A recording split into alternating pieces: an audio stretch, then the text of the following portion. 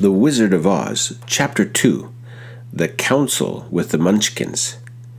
She was awakened by a shock so sudden and severe that if Dorothy had not been lying on the soft bed, she might have been hurt. As it was, the jar made her catch her breath and wonder what had happened, and Toto put his cold little nose into her face and whined dismally.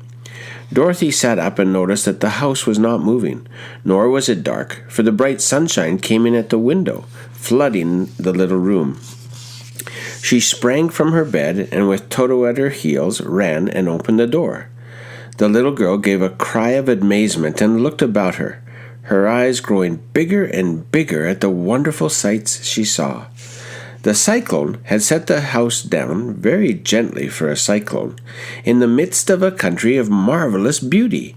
There were lovely patches of greensward all about, with stately trees bearing rich and luscious fruits, banks of gorgeous flowers on every hand, and birds with rare and brilliant plumage sang and fluttered in the trees and bushes.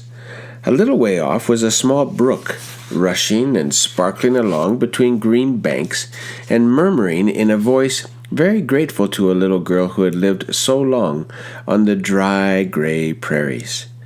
While she stood looking eagerly at the strange and beautiful sights, she noticed coming towards her a group of the queerest people she had ever seen.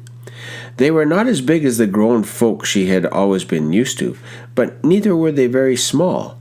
In fact, they seemed about as tall as Dorothy, who was a well-grown child for her age, although they were, so far as looks go, many years older.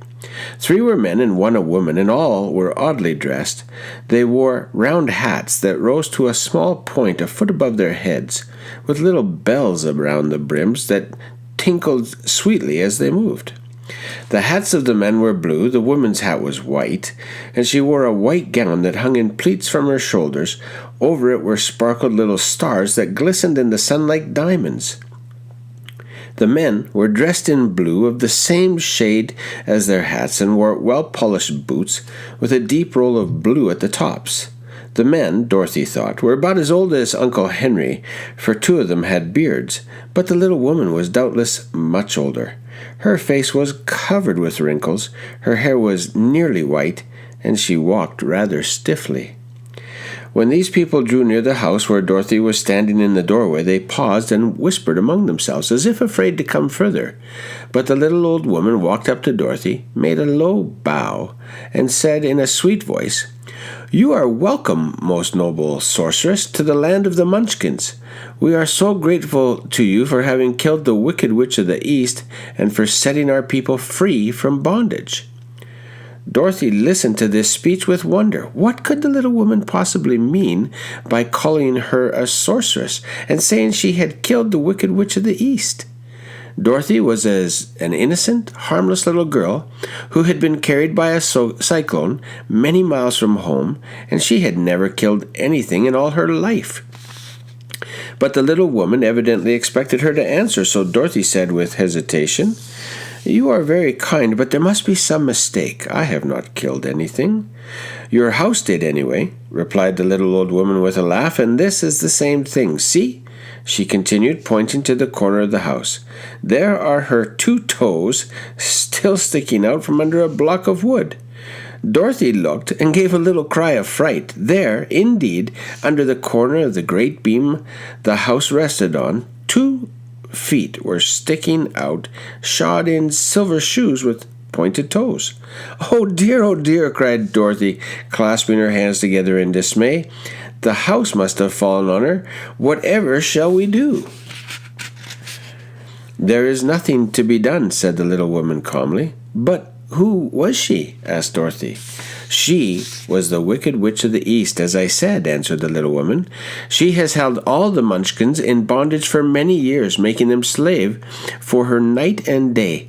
Now they are all set free and are grateful to you for the favor." "Well, who are the Munchkins?" inquired Dorothy.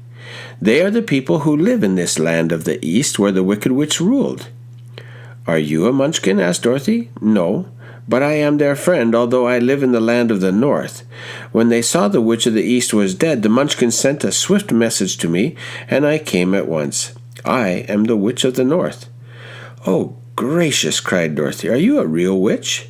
"Yes, indeed," answered the little woman, "but I am a good witch, and the people love me. I am not as powerful as the wicked witch was who ruled here, but I should have set the people free myself." "But I thought all witches were wicked," said the girl, who was half frightened at facing a real witch. "Oh, no, that is a great mistake.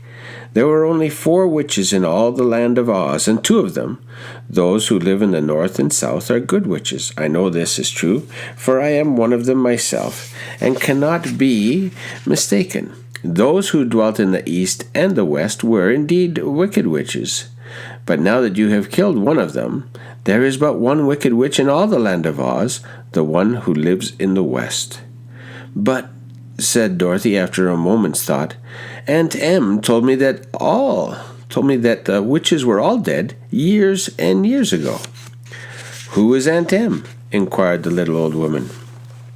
"She is my aunt who lives in Kansas, where I come from." The witch of the north seemed to think for a time, with her head bowed and her eyes upon the ground. Then she looked up and said, "I do not know where Kansas is, for I have never heard that country mentioned before. But tell me, is it a civilized country?" "Oh, yes," replied Dorothy.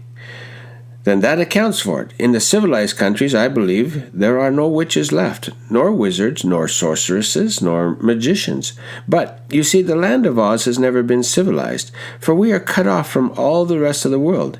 Therefore, we still have witches and wizards among us." "Well, who are the wizards?" asked Dorothy. "Oz himself is the greatest wizard," answered the witch, sinking her voice to a whisper. "He is more powerful than all the rest of us together. He lives in the City of Emeralds." Dorothy was going to ask another question, but just then the Munchkins, who had been standing silently by, gave a loud shout and pointed to the corner of the house where the wicked witch had been lying. "What is it?" asked the old woman, and looked and began to laugh. The feet of the dead witch had disappeared entirely, and nothing was left but the silver shoes. "She was so old," explained the witch of the north, "that she dried up quickly in the sun. That is the end of her. But the silver shoes are yours, and you shall have them to wear." She reached down and picked up the shoes, and after shaking the dust out of them, handed them to Dorothy. "The witch of the east was proud of those silver shoes," said one of the Munchkins, "and there is some charm connected with them, but what it is we never knew." Dorothy carried the shoes into the house and placed them on the table. Then she came out again to the Munchkins and said, "I am anxious to get back to my aunt and uncle, for I am sure they will worry about me. Can you help me find my way?" The Munchkins and the witch first looked at one another and then at Dorothy and then shook their heads. "At the east, not far from here," said one, "there is a great desert, and none could live to cross it." "It is the same at the south," said another, "for I have been there and seen it. The south is the country of the Quadlings." "I am told," said the third man, "that is the same at the west, and that country where the Winkles live is ruled by the wicked witch of the west, who would make you her slave if you passed her way." "The north is my home," said the old lady, "and at its edge is the same great desert that surrounds this land of Oz. I'm afraid, my dear, you will have to live with us." Dorothy began to sob at this, for she felt lonely among all these strange people. Her tears seemed to grieve the kind-hearted Munchkins, for they immediately took out their handkerchiefs and began to weep also. As for the little old woman, she took off her cap and balanced the point on the end of her nose while she counted 1, 2, 3, in a solemn voice. At once the cap changed to a slate on which was written in big white chalk marks, "Let Dorothy go to the City of Emeralds." The little old woman took the slate from her nose, and having read the words on it, asked, "Is your name Dorothy, my dear?" "Yes," answered the child, looking up and drying her tears. "Then you must go to the City of Emeralds. Perhaps Oz will help you." "Where is this city?" asked Dorothy. "It is exactly in the center of the country and is ruled by Oz, the great wizard I told you of." "Is he a good man?" inquired the girl anxiously.